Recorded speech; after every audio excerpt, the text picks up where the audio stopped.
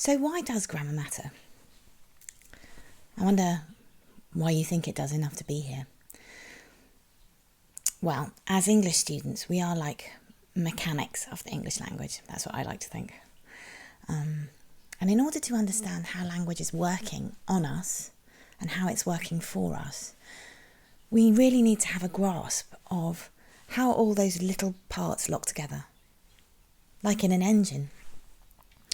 Our emotional responses to literature are incredibly important, but unless we understand how it's all working, what's going on underneath the bonnet, so to speak, we can't describe how particular effects are created and how, with changes, those effects might be different.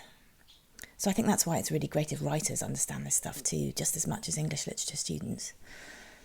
And that's why we need to have a grasp, even if it's only basic, of how the engine of language works. And this is what grammar is. It allows you to name all the moving parts and to understand how they're meant to be working together, which helps you spot if something's going wrong. There are 9 of these moving parts, which we call word classes or parts of speech. They get called either. They're both the same thing.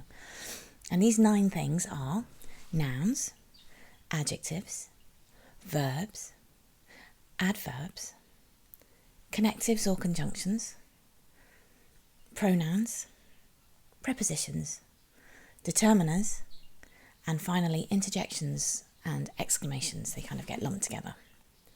Now, words do certain jobs in sentences, but the same word might be able to do different jobs depending on the sentence it finds itself in and depending on its context.